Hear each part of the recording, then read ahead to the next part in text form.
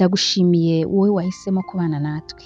Nitwa Umulisa, ngiye kukugezaho ibintu bitandukanye ukwiye kugirira ibanga ubuzima bwawe cyangwa se ukwiye kugira ibanga mu buzima bwawe bwa buri munsi. Hari ibintu bitandukanye isi idakeneye kumenya ku buzima bwawe. Ntabwo rero ibintu byose ari ngombwa kubivuga ngo bimenyekane cyangwa se ngo bibwirwe abandi. Hari ibintu rero bike cyangwa se bitandukanye mu buzima bigomba kugirwa ibanga byanze bikunze. Aha rero tugiye kurebera hamwe ibyo bintu uko ari bitandatu, nkwibutse gukanda subscribe, nkwibutse kandi kuduha igitekerezo cyanyu. Ese wowe urumva ari ibihe bitandatu cyangwa se nyuma ya bitandatu urumva ari ibihe bindi umuntu yakabaye agirira ibanga mu buzima bwe bwa buri munsi. Ikintu cya mbere rero tudatinze ni ibibazo by'umukunzi wawe cyangwa se uwo mwashakanye. Wenda afite imyitwarire idasanzwe, ubwoba n'ibindi, cyangwa se ubona bitagenda neza kuri we mu buzima bwe bwa buri munsi. Ntihazagira umuntu n'umwe ubibwira, bizagume hagati yanyu wowe n'umukunzi wawe cyangwa se wowe n'umugabo cyangwa n'umudamu wawe.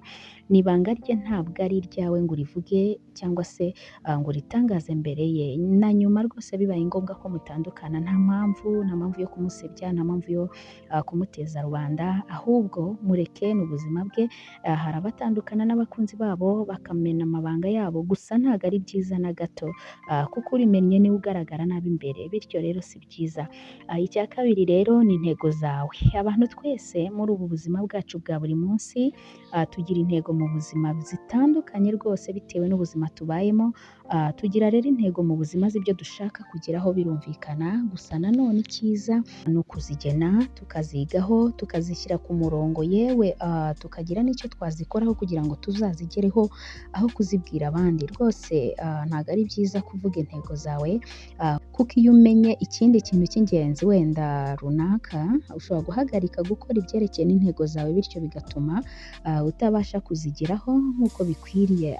Abantu rero bazatangira kukwibazaho ariko si ngombwa kwisobanura kuri bo. Icya kabiri rwose nuramuka uvuze intego zawe hose cyangwa se ukazibwira abantu, rwose bamwe ntibazazishimira, hari n'abatazazifata mu buryo buri positive, bamwe bakaba baguca intege mu buryo butandukanye, bityo bigatuma intego zawe utazigeraho nk'uko wabitekerezaga. Icya gatatu rero nakubwira, utagomba rwose gutinyuka kubwira abandi, ni ugutangaza ibyiza wakoreye abandi. Ntabwo ari byiza na gato rwose kuvuga ibyo wakoreye abandi, nimba rwose noneho byerekanye n'ibikorwa by'urukundo, wenda nko gufasha abakene, imfubyi, abapfakazi n'abandi batandukanye. Ntabwo ari ngombwa rwose kubitangaza, ahubwo ibikorwa birivugira. Ba nyiri kubikorerwa nibo bafata iya mbere rwose bakishimira ibyo wabakoreye, bakabibwira abandi ko hari abantu rwose bagira neza bahari. Ariko hari abantu muri iyi minsi bakora neza ugasanga bagiye muri social media barabivuze, ntabwo ari byiza rwose na gato.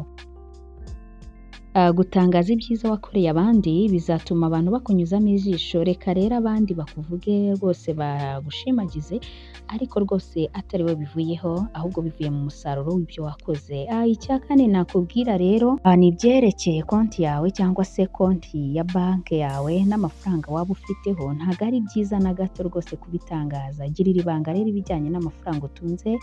Ibikorwa wagezeho rwose birivugira, nta mpamvu. Akenshi rero hari abagira kwirarira bakavuga rwose imitungo yabo kugira ngo bahabwe agaciro, nyamara bikaba byabagaragaza ko ari abanyantege nke rwose bashaka guhabwa agaciro binyuze mu mitungo bafite. Nyamara si byiza na gato, wituma bakunyuzamo ijisho, ahubwo icyo ugomba gukora nta kindi ni ukugira ibanga, maze ibikorwa byawe ahubwo bikavuga aho kugira ngo uvuge. Nkwibutse gukora subscribe, nkwibutse kutwandikira wowe uri kumva kino kiganiro muri comment, utubwire se ni ibihe bindi umuntu yakaba yagirira ibanga mu buzima bwe bwa buri munsi.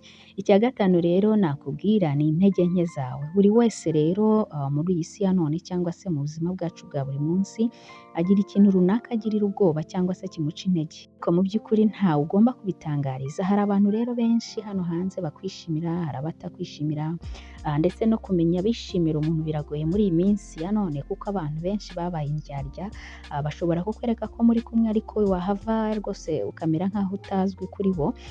Bityo rero hari abantu hanze batakwishimiye, bityo bakabikoresha kugira ngo nyine babashe kubona uburyo bagusebya bifashishije za ntege nke zawe wavuze cyangwa se bifashishije bya bindi wababwiye. Icya gatandatu rero ni nacyo cya nyuma, ni ibibazo biri mu muryango wawe. Rwose ntibazakubeshye, nta muryango utagira ibibazo rwose ku munsi wa none. Bashobora kuba bagaragara neza ubona bafite igikundiro, ariko rwose muri iyi si nta byera ngo de. Nimba wumva rwose iyi video ibibazo biri mu muryango wawe ugomba kubigira ibanga, ntabwo ugomba kujya kubikwirakwiza hirya no hino. Niba wumva rero bigutesheje umutwe nanone, shaka abaterapisite cyangwa se abaganga babugenewe maze bakuganirize rwose bagufashe kubyakira ndetse no kubyikuramo.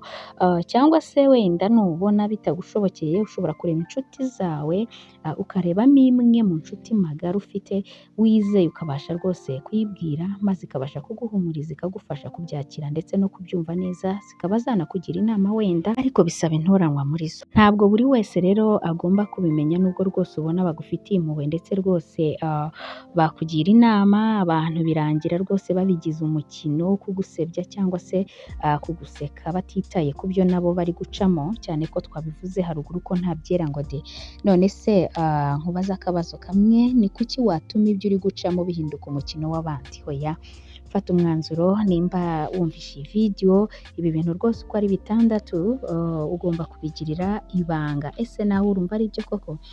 Twandikire muri comment, ukande like nimba wakunze iyi video yacu, kandi nkwibutse gukanda subscribe. Njye mwari kumwe ndi Umulisa, ariko mbere yuko ngenda reka mbanze nkwibutse bya bintu bitandatu twavuze. Ikintu cya mbere ni ibibazo by'umukunzi wawe cyangwa se uwo mwashakanye. Ikintu cya kabiri ni intego zawe. Icya gatatu twavuze ni ukudatangaza rwose ibyiza wakoreye abandi. Icya kane ni ibyerekeye konti yawe ya banki cyangwa se amafaranga waba ufite cyangwa se n'amafaranga utunze muri rusange. Icya gatanu ni intege nke zawe. Icya gatandatu ni ibibazo biri mu muryango wawe. Murakoze cyane rero, bye bye.